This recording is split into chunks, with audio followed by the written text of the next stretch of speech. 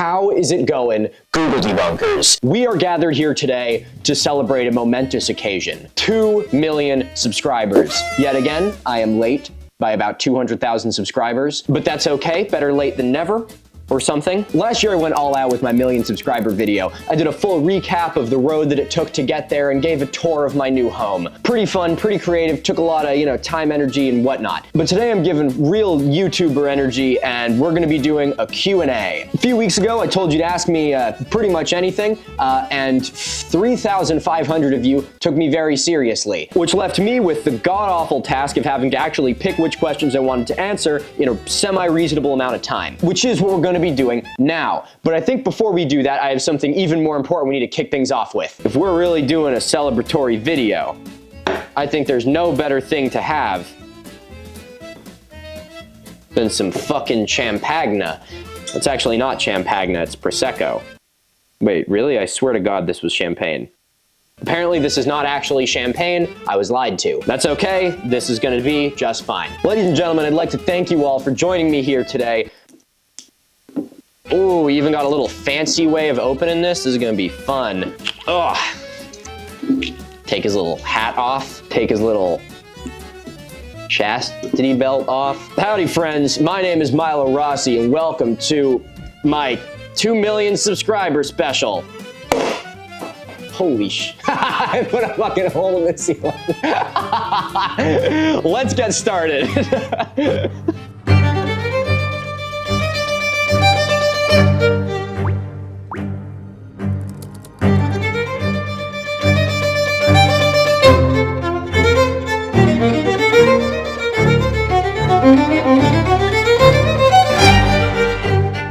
Alright everyone, let's get this thing rolling.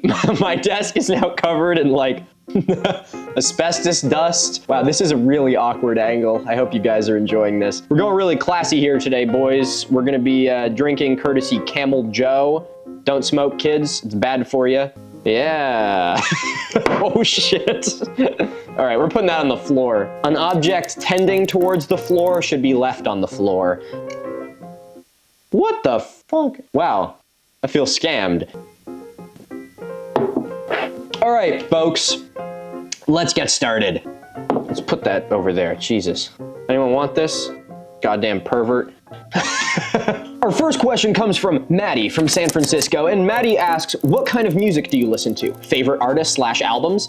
Maddie, I don't listen to music. I'm not a fucking normie. Daddy should have never raised me on Black Sabbath. I'm kidding. I actually don't know how to answer this question. I listen to everything except country. I'm not like other girls. Okay, according to my stats.fm, pulling data mining from my fucking Spotify, my top artists are Dire Straits, we got Santana, Greta Van Fleet.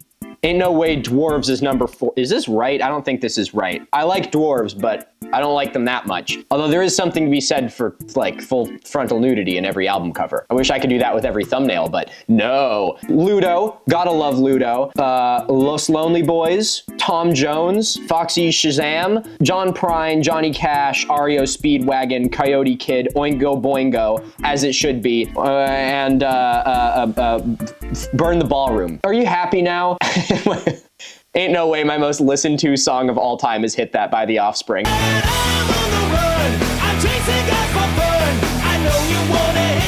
I don't believe this app. This is all full of lies. Next question. Rowan from Arizona asks, how much did the couch cost? How were you able to sit on it for so long if it smelled like cat piss?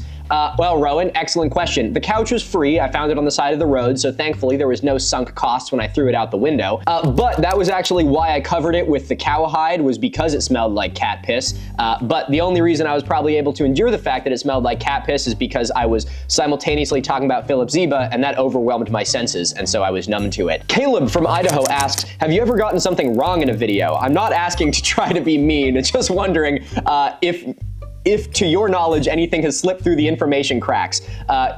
Good question, Caleb. Yes, I have got things wrong in videos before, and I'm sure that I will again. You're sometimes gonna get things wrong. That's the nature of doing what I do. But when I get things egregiously wrong, I always try and correct it in later videos. I think that's an important part of academic honesty because it's, I think, completely unreasonable to expect that people will never get anything wrong. It's more of a matter of how you handle realizing that you were wrong and what you do going forward from that point. So I always try and be very transparent when I do end up making a mistake. The OG Miss G from Texas asks, "Hey Milo, I'm a school teacher, hence the code name. Would you ever consider making clean versions of your videos at any point? I know this sounds dumb, but I keep thinking some of your videos would be an awesome history/archaeology content for middle/high school age, especially parts of your videos that discuss good research skills."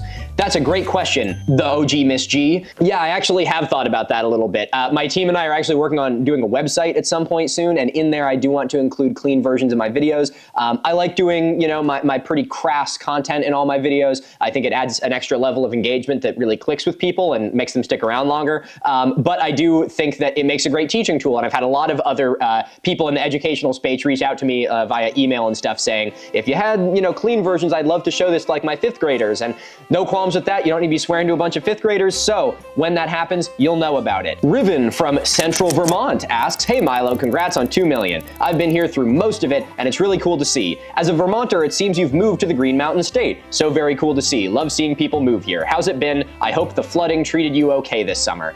I have absolutely loved every second of it. I said many years ago in a video, actually, I was like, you know, when I eventually put roots down, it's gonna be in Vermont. Just such a beautiful place. Ugh. My whole life, something about Vermont has called me. I really do think that when I finally push the button on buying a house somewhere, Vermont's gonna be it. I was right. Here I am now. I've kind of wanted to live here for pretty much my whole life. I feel like this place has always had a little piece of my heart, and so far it has been fucking immaculate. I will say the flooding was no joke. Thankfully, my house is a little bit elevated, so I didn't personally experience much of the flooding, other than going down into the basement during one of the really heavy rains, and there was just like a river coming down the side of my foundation. That kind of sucked. But a lot of the communities around me in the low-lying areas were hit really hard, which is why I was really inspired to do the fundraiser for the flooding in Asheville from Hurricane Helene, back with the vampires video, because I personally know, as someone on the north end of the Appalachians, how much these communities are hit really hard when they're hit by rain. So even though they may be, 700 miles away from us, they are still our brothers and sisters of the mountains, and I want to do everything I can to support them. HPS from New fucking Jersey asks, "Will you ever do more travel videos? For example, your travel to Turkey and Dark Roots?" Yes, absolutely. There will be plenty more of those. In fact, and not to give any spoilers here or anything, but as you are watching this video, I am currently traveling and filming more videos. So I'm not gonna give away what it is. I'm keeping that card close to the chest. Somebody asked a question, I forgot to put it in here, but I'm gonna respond to it anyway. So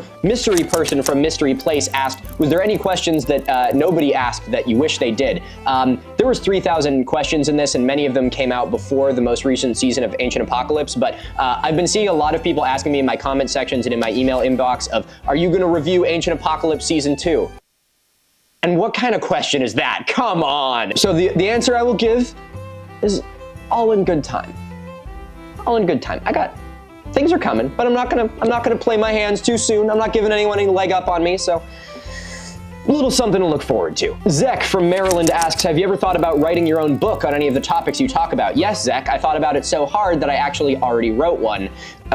My book is right here. The Encyclopedia of the Weird and Wonderful. I wrote it back in 2023.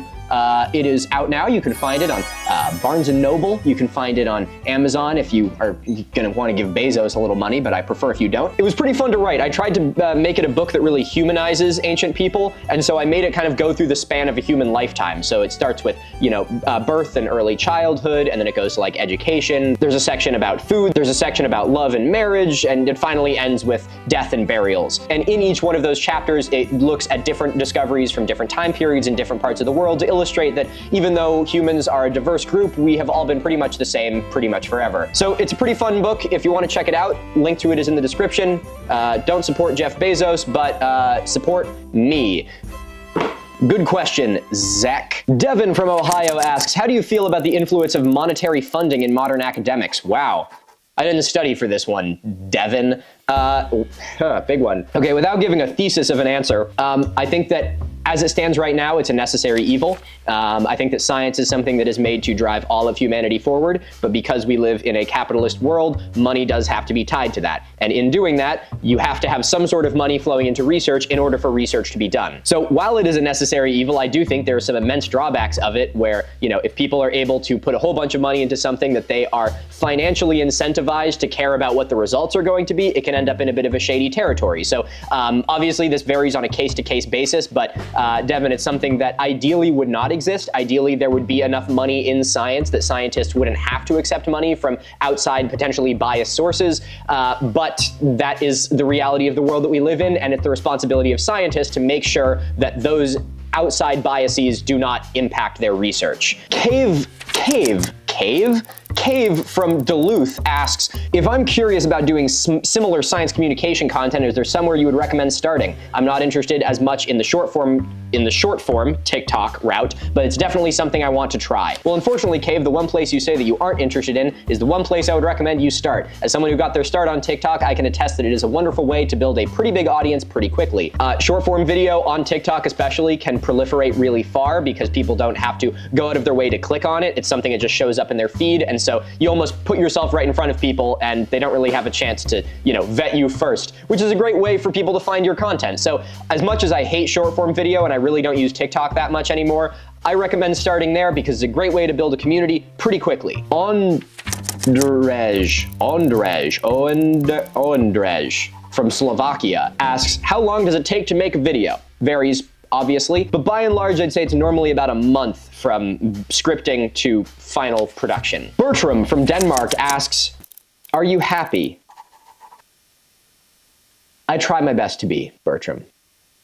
I try my best. Ellie from the UK and Wales asks, how'd you get into YouTube and TikTok? Well, I started out on TikTok, Ellie, and I was actually by the recommendation of a friend at the time. And while I am no longer friends with this person, they did give me the single greatest thing I have ever created. So, you know, every rose has its thorn or something. Jason from New York asks, is Rossi an Italian last name? If so, where in Italy is your family from? That's a great question, Jason.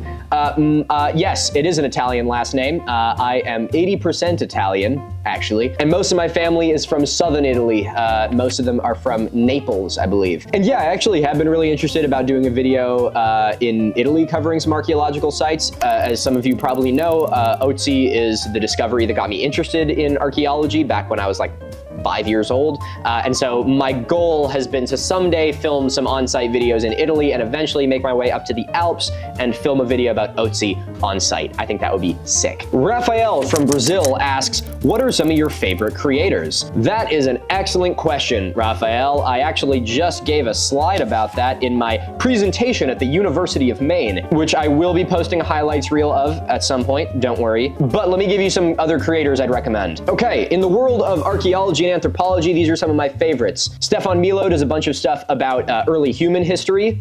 He also kind of shares a name with me, so that's fun. History with Kaylee covers a bunch of like Neolithic sites and some on-site footage as well. Ancient Americas covers the Americas. Archaeology with Flint Dibble is another a valiant Google debunker. North02 does videos about ancient cultures. Gutsick Gibbon is another dedicated Google debunker. Fig Tree does archaeological topic videos that have a similar humor to myself. Ancient Architects also does amazing videos about various archaeological sites. And World of Antiquity does great analyses of various pseudoscience topics and also real in-depth archaeological videos. And as far as things that aren't archaeology goes, some of my favorites are Atlas Pro, Geology Hub, Lindsay Nicole, Townsend's Professor Dave Explains, Auchenshea Films, Myron Cook, and Epic History. There you go. Have fun with all of those names. There'll be links to all of them in the description. Check them out. Rachel from South Carolina asks, I demand a pet introduction and a jewelry tour, kindly. I would also ask for a studio tour, but seeing as how it's currently in shambles, I think I'll pass. Congrats on 2 million. You definitely deserve it. Thanks for the vote of confidence there, Rachel. Yeah, the studio is a bit of a shit show right now, but I just got a complete architectural proposal for the renovation of the house. So, house renovation channel coming soon. No, seriously, I've actually been thinking about doing that. I think it would be kind of cool. Start with the studio, make the studio all nice, and then show you guys the rest of the house as it comes together. Historic preservation channel, inspire people to do historic preservation. Wouldn't that be fucking neat? Okay, I'll give a pet tour in a bit, but I'm gonna start with ring tour. All right, here you go, Rachel, this one's for you. I got a lot of rings, as you can see here. Oh yeah, perfect angle for the shadows to be in my face. This one, my dad got for me when I was 16. It is a Dene Navajo Squash Blossom Sandcast ring. It's probably like 17 years old. 17 years old. I mean, I've been wearing it since I was fuck. It's probably like 70 years old, and I have been wearing it since I was 16. This one is one that I found in the garbage in Provincetown, Massachusetts. I picked it up and had no fucking idea what it was, and the person I was with was like, hey, that's a ring, and I put it on and I was like, holy shit, that's a ring. This one I found at a thrift store in Bangor, Maine. This was my mother's wedding ring, actually, just so happens to fit very nicely. This one I got the second time I went down to go visit my girlfriend in Asheville, and this is from Rick Walker's Western Wear in Boston, Massachusetts. It's a Hopi ring. Starting to run out of fingers a little bit. Oh, and then I also have some bracelets. This was my grandfather's from World War II. And this was something that my dad gave me because he had it lying around and I didn't have anything else for this wrist, and so I've been wearing it for like 3 years. There you go, Rachel. Hope you enjoyed. Epsilon from Germany asks, are you ever gonna do another critique of conspiracy theory content creators like the one on Philip Zeba? If yes, how would you feel about it?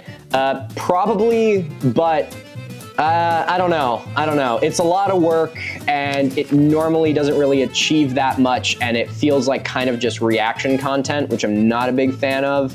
So I'd have to pick my target very carefully if I were to do that ever again. Lily from Connecticut asks, do you support me coming out as trans? Lily, to that I say, whatever you are, fucking go for it. I love you, I support you, I'm here for you, and I raise one up for you.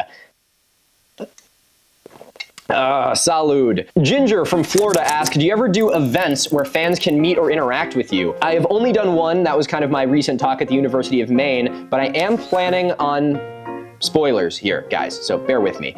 I am planning on doing some live shows, potentially in 2025. I really enjoyed doing the talk at UMaine, so I thought it would be kind of fun to maybe do like a tour and like go to some cities and do like a live show and like, you know, do what I fucking normally do, but on a stage, everyone gets some good laughs, you know? Open bar and shit. I don't know. Let me know if you guys would be interested in that. But yeah, Ginger, eventually I would like to do something like that. Xander from Tramel asks, what's your favorite video you've made, if you have one, that is? I don't know if I have a specific favorite video, but I think as far as like my most slept on videos, well, let me just, not me going to my own YouTube page because I forget all the shit that I've done. Oh God, my whole feed is just election stuff. I'm filming this on November 7th, guys, so, you know. I'm filming it the day after the International Day of Mourning. Okay, my most slept on videos, I think, in the grand scheme of things, gotta be Dark Roots. That is like the video series that I am the most proud of. All of my other work pales in comparison to it. I fucking love that series. I think actually before this video comes out, there was probably the most recent episode of Dark Roots, which comes out like 8 months after the last one did.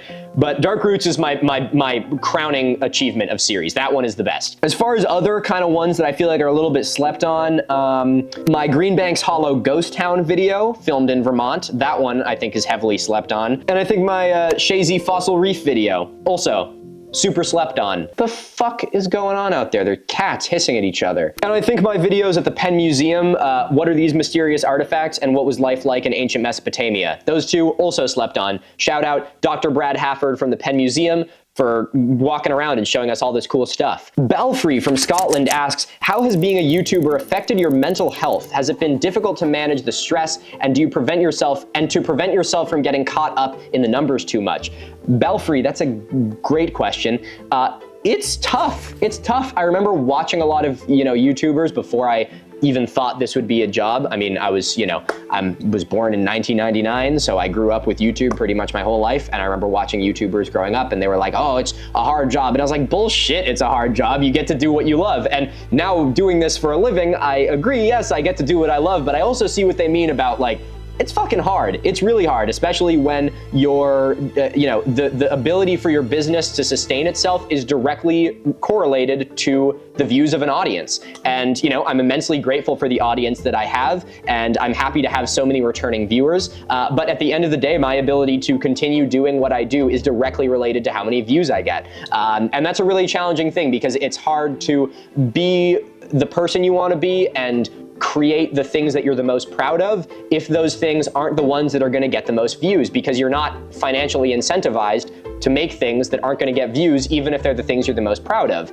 So even though I've talked a lot about the discrepancy between wanting to make more just fact-based archaeological content and kind of wanting to steer away from the more like punchy reaction content debunking stuff, the debunking stuff is the stuff that gets the most views. I mean, if you look at my channel and you look at let's see, if you go to my popular videos, I mean, it's I watched Ancient Apocalypse, so you don't have to, with 5.5 million views.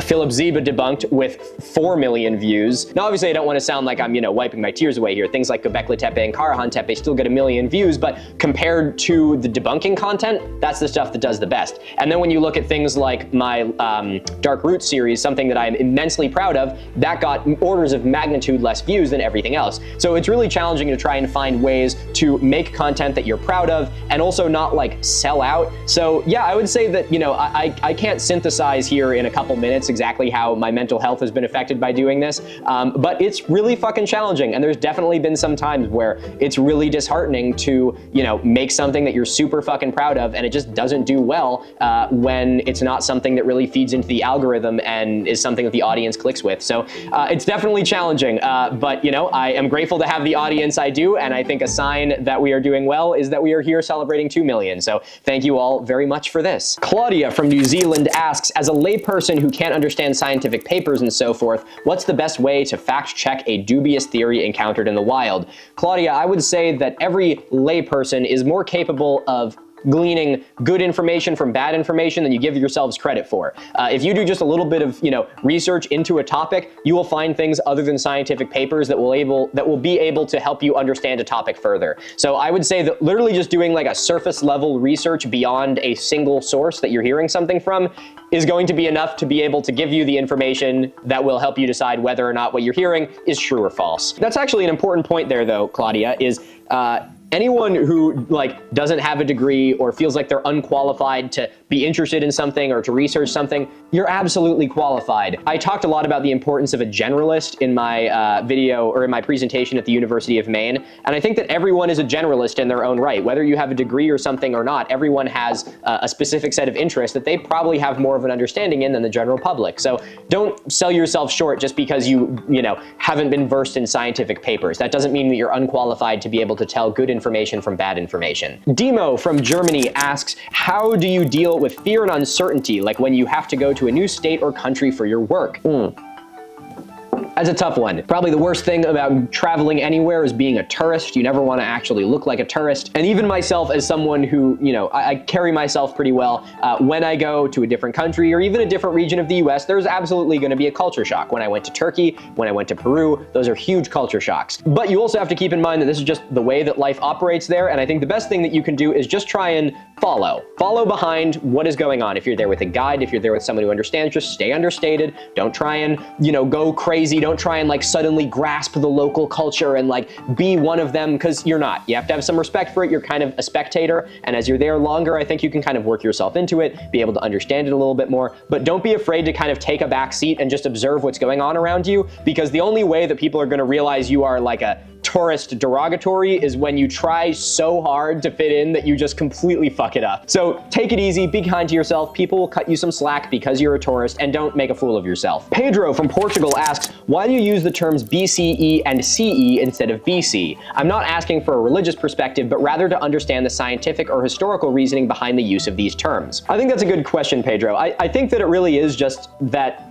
in science, why do we need to be incorporating religious doctrine into it? I think it's just a more inclusive way of talking about our time periods. I also think there's a little bit of an irony in using BC and AD, before Christ, and Anno Domini when referring to the entirety of human existence, when most of those people that you are referring to have absolutely no point of reference and never even knew about the existence of the Christian church. So it's just a little bit weird to refer to all of human history through a Christian lens, and I think that in archaeology and in anthropology and many histories being so Western oriented, it's important to try and find ways to sort of take it down a notch. And I think that BC and BCE is a pretty simple change that can make a little bit of a difference. And most importantly, it weeds out the people who get really pissed off when you use BCE. Seriously, go to the comments right now. There's going to be a couple of them down there. BCE, what is this? Don't you know that this was a Christian nation? No, sorry. I don't. Anat from India asks, hello Milo, just wanted to ask, how are you doing and how is everything going? I hope you are well. Also, could you please tell us about the fireplace that's in the background of your videos? Thanks, Anat. I'm doing good. This fireplace is, it's pretty fucking wild, isn't it? Okay, so brief history lesson. This house was built in 1894, and the guy who owned it was quite well-to-do. Involved in the US government, and he had a bit of a fireplace fetish. This fireplace right here is allegedly from the Boston Public Library, and the fireplace downstairs is, again, this is a big allegedly, from the White House. So that's kind of interesting. But yeah, that's where this fireplace is from. So that's why it looks so ridiculous and out of place in this room. Well, you can't actually see the rest of the room. So the rest of this room is just as stately as this fireplace. Trust me. AJC from Scotland asks, how do you feel about people using your videos as evidence to write essays? This is me asking permission to use your Lake of Bones video as a source for an essay I'm writing. AJC, I don't have a problem with that, but I would recommend that if you use any of my videos as like a source to write an essay or something like that, I would recommend using it more as inspiration and going to the sources that I link in the description to use as direct sources. Obviously, everything I say in the videos, I try and make as factually accurate as possible, but I would rather you use the same source information I do so that we aren't playing a game of broken telephone where you're direct quoting me and I said something a little bit different than what's in the paper, and you know, it carries down the line and eventually goes on to spread misinformation. So use my videos as inspiration, use them as armchair expertise, but if you're writing something about it, I would really recommend you delve into the same sources that I did. Marin from Utah asks, will you go on a date with me? No, Marin, I won't. But I respect when a shooter shoots, even if it is through Google Forms, you know?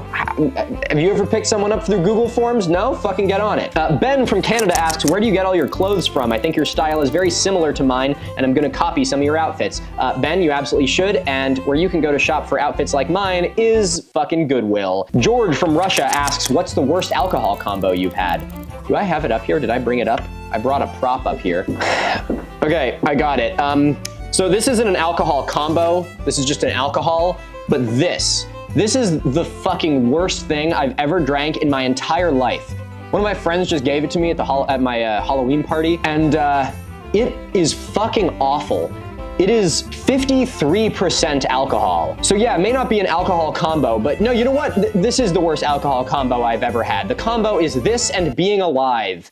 It fucking sucks. I'm not even leaving it on the screen. I'm not giving them any more promotion, goddammit. Peter from Poland asks, was there a time in your life when you genuinely enjoyed conspiracy theories / paranormal stuff, ghosts, orbs, cryptids, etc., and when did you stop believing in them? Did you and your friends watch them purposely to get brain damage?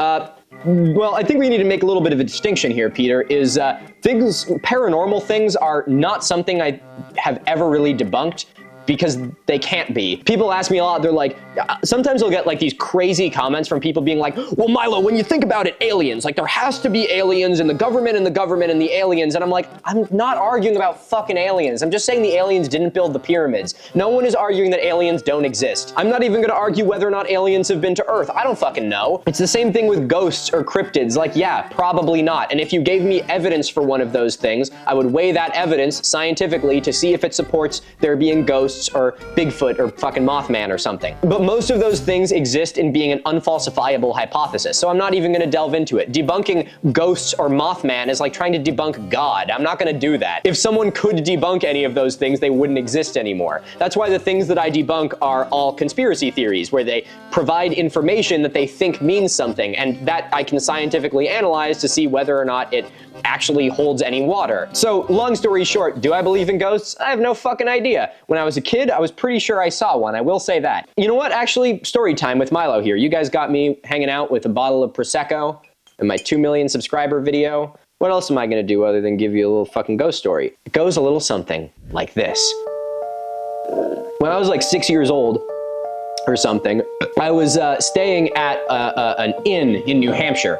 It was, you know, creepy, shining kind of place. It was the winter, it was snowy, it was cool. I was staying with my parents in a room. Our hotel room had like a main living area wall between it, doorway, and then a kind of mirrored bedroom on the other side. And in that bedroom, there was 2 beds, one kind of with the foot facing the door and one with the foot kind of facing the wall.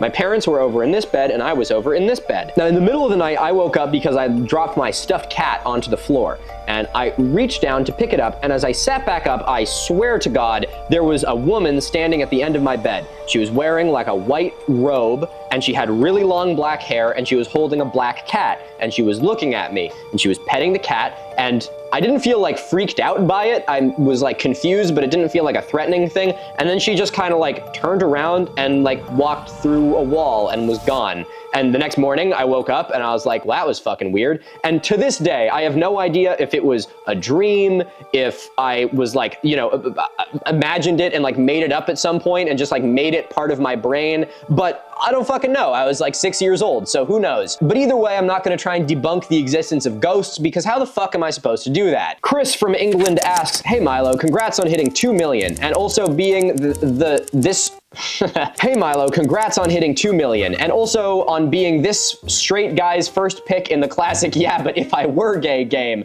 Thanks, Chris. Do you think that pseudoscience contributes to the increase in far-right and fascist views? Do you think that pseudoscience is a symptom of this increase, or it's some kind of nebulous chicken and egg situation? Love your videos and keep fighting the good fight, Chris. Thanks, Chris. That's a good question. I'm not gonna go too in-depth into that because I would ramble for the rest of this video, but if you wanna learn a little bit more about my thoughts in pseudoscience and it being a pipeline into some alt-right views, check out my talk that I gave at Virginia Tech. Link to it's in the description. I talk about the pseudoscience pipeline pretty in depth there. Texan DDD from Texas asks, what's with your house, dude? Why are you always freezing and why do you have so much old furniture? Well, Texan DDD, I'm always freezing because this is a fucking barn. There's no insulation in it and it's framed with 2x4s. I don't even know how this building is still standing. Oh, and this fireplace, by the way, there's a workshop below here by the garage. All this brickwork, you know what it's suspended on? Fucking wood sticks. I shit you not. This chimney, this brick chimney doesn't go all the way to the ground. I'm just waiting for this whole side of the building to fall off. But yeah, the house was built in 1894. So it's old as shit and all the cool old wood furniture is either from the house or because I have good taste. Thanks. Michaela from Australia asks, what's your favorite natural phenomena that shares an oral history or myth with people of that time period used to explain said phenomenon or event? Great question, Michaela. I like that one. I think my favorite one has to come from the indigenous groups of the Pacific Northwest of North America.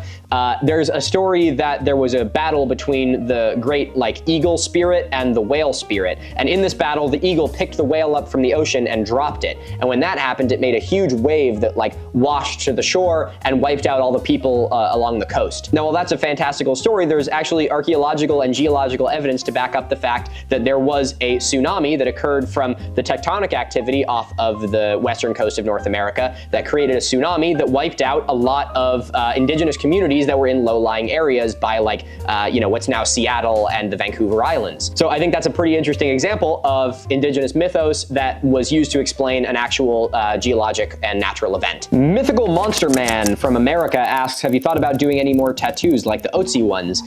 Yeah, I actually have one of them already. I didn't make a video about it, but I have one of the Scythian warrior tattoos. It's the reindeer on my shoulder. I'm not gonna do it because it is fucking cold in here, but it's cool. You gotta I'll throw a picture of it up. Agraj from born in Nepal, lives in Pennsylvania asks, how many languages do you know? I'm American, what do you think? I barely know one. Scott from Texas, but New Hampshire originally, asks, have you ever thought about investigating or debunking Mormon church claims that Native Americans were actually from Israel and that they had Roman-style civilization with millions of people, and the Book of Mormon is filled with issues like there being steel, horses, chariots, etc. in the Americas? Yes, I have considered it. But it's a bit of a sensitive issue in the United States. Delving into religion is something I try not to do too much, which is a challenge when religion is based on pseudo-archaeology. So yeah, I've thought about doing that. I just haven't figured out how best to approach it because I think it's really important to discuss, but I also don't want it to come across as being an attack against people's faith. I have a few friends that used to be members of the church, and I may work with them to help make this video, but eventually I would like to try and talk about it. I just don't know how best to do it in a way that is sensitive. Mia from England asks, what did you do first after you got your degree?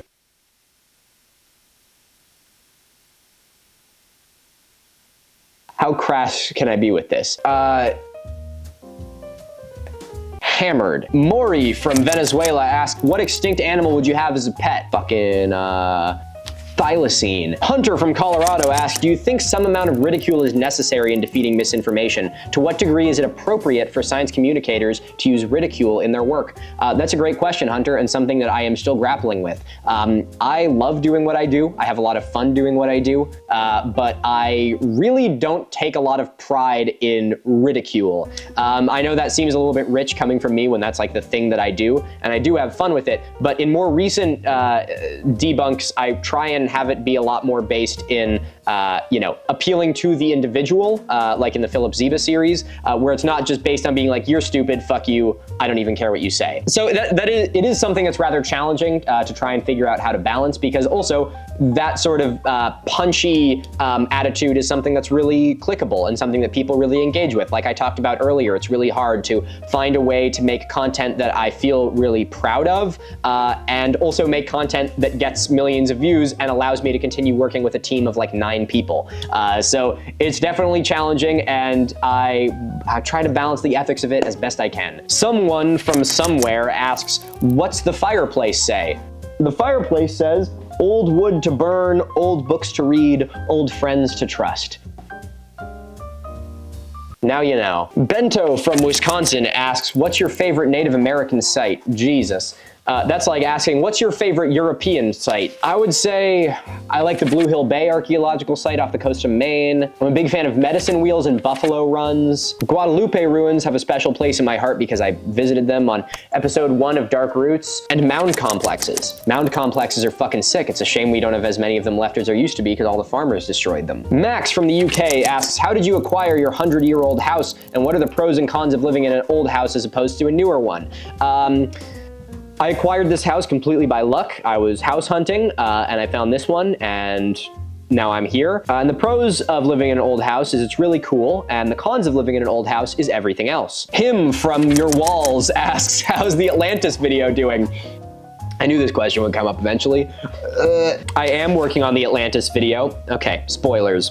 I've decided that for the Atlantis video, I was like, how the fuck am I supposed to debunk Atlantis? It is kind of an unfalsifiable hypothesis. So my idea was, I'm going to debunk Atlantis, the Antediluvian World by Ignatius Donnelly, which means that I need to read Atlantis, the Antediluvian World by Ignatius Donnelly multiple fucking times. And I've been so preoccupied with other videos that I haven't really developed it that much, but it is coming. It is something that I'm working on. I have not abandoned awful archaeology, but right now my priority is going to be in, the next big project is probably going to be Ancient Apocalypse Season 2 because it's punctual and I feel like I need to get the right information out there sooner rather than later. But Ancient Apocalypse, Awful Archaeology Atlantis is coming, don't worry. It'll be a hot sec, I'm sorry guys, but these things take a long fucking time to make. The Department of Justice Federal Bureau of Investigation from Washington, D.C. asks, did you commit several homicides in 2013?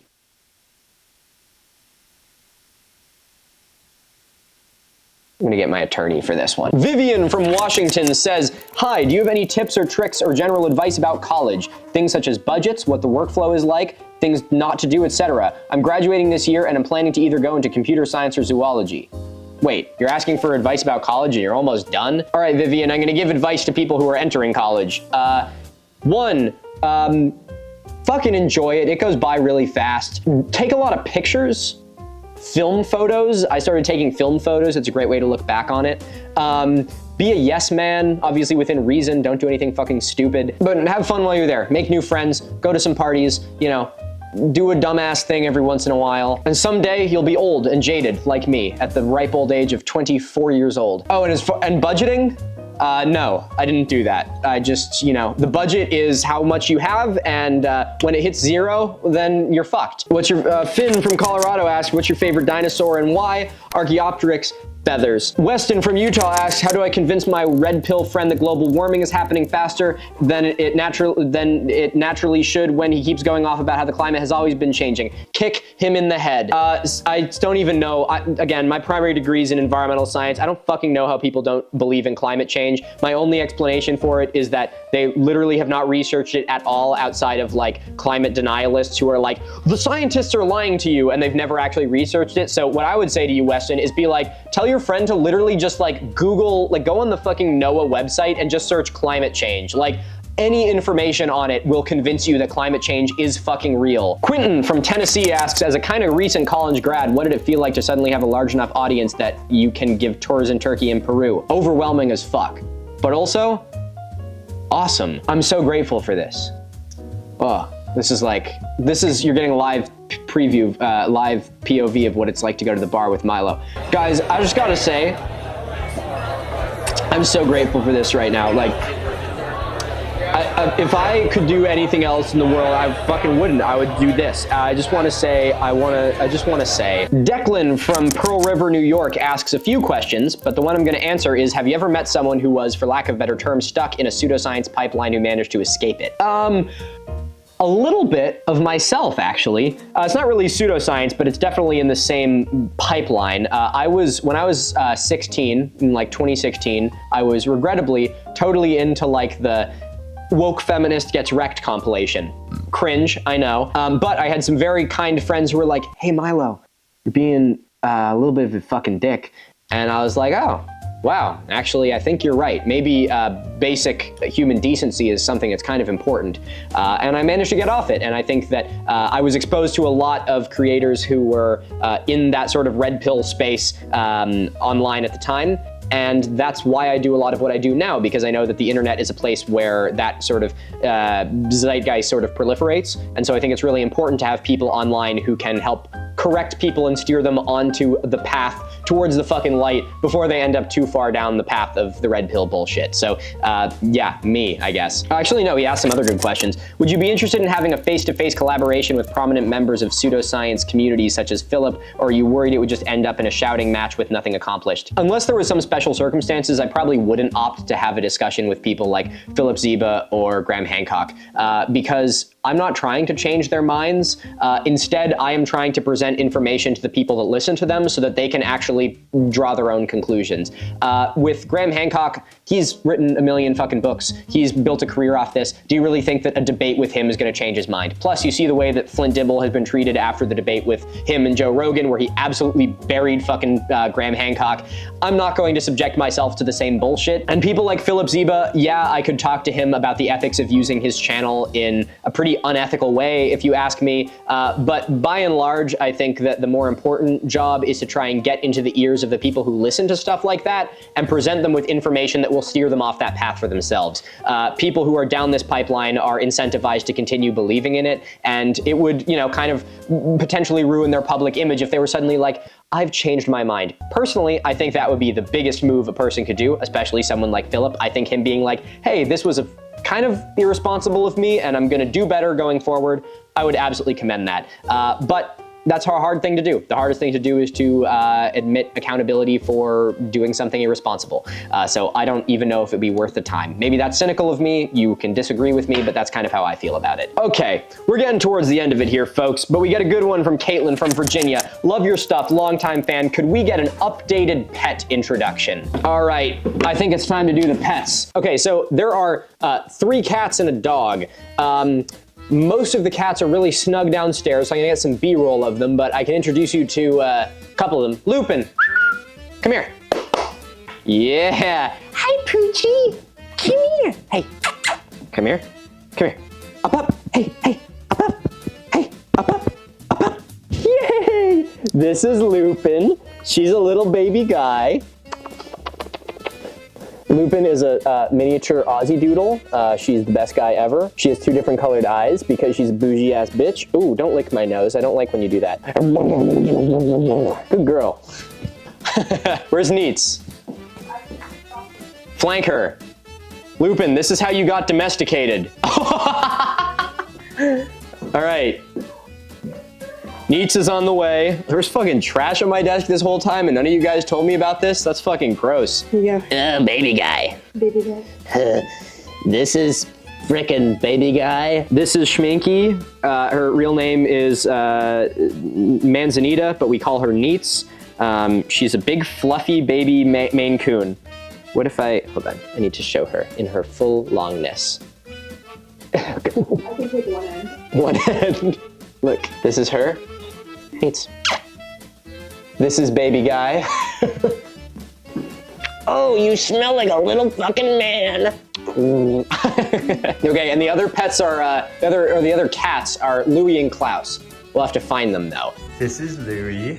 He's the coldest boy ever, and he sits on my laptop for heat in the snow in the winter. And then there's this weird guy. I think he's a cat. He might be an alien. That's Klaus. Well, guys, I think I want to table the questions for now, and I want to give all of you watching a very, very sincere thank you. I think I said this in my 1 million subscriber video, but I remember watching a lot of YouTubers growing up, and in all their 1 million subscriber videos, they were like, thank you guys so much. It's, you know, such an honor. And I was like, okay, yeah, get off your high horse. But I get it now. I really get it now.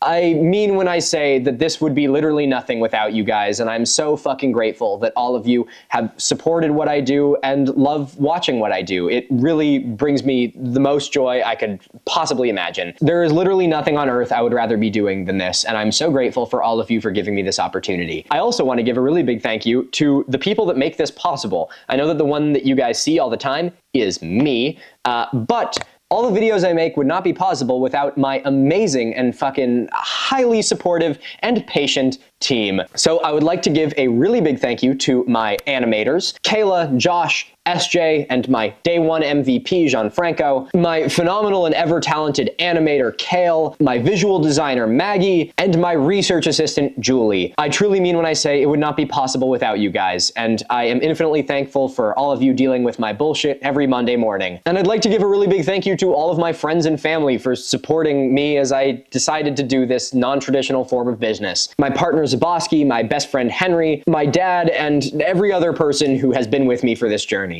I don't know where this entire thing is headed, and frankly, I don't really care. But what I do know is that I am going to just keep pouring my time and energy into this because I love what we have going here. I don't need this anymore. And I'm really grateful to all of you for making this possible. Schminky, come here. Want to hang out with me for the last bit of the video? You want to be with me in the outro? No? You little fucking bastard. Maybe I'll film a little bit more of a coherent thing after this is worn off. So as my team and I take a little bit of a break here for the winter, I would like to give one last big thank you to every single one of you. It has been an amazing year, and I am so grateful to see how things have grown. And for all of the dedicated fans that are here for the 1 million subscriber video and have watched this far, I'm especially thankful for you for supporting and being so invested in what we have created here. You are the real MVP. No, Schminky! Ugh. No. Sneaky little fucking cat. All right, Schminky's not going to be in the outro. She ran away. Ladies and gentlemen, I'd like to thank you all so very much for watching. Remember to stay curious, stay inquisitive, and I guess I will see you at 3 million. To life, salud, lahaim. Schminky. Oh, I see you, Schminky. Yeah, come on out. Oh, gotcha. You think you're slick. You're not. You're so cute. I love you. What are you looking at? Why are you so fucking weird? Dude. What if I held you like a little baby? Oh yeah, what if I did it? Little foot went in my pocket. Yeah. What if I held her like a little baby, like a man, like a tiny little baby, little man? What am I gonna do on you? What about it? What if I did that? Yeah? What do you think? What's your little hand doing? Can I touch it? Can I have that? And then, can I? Oh, yeah! Alright, Schminky, say bye. Schminky thanks you for 2 million subscribers. Oh, she winked. Mwah.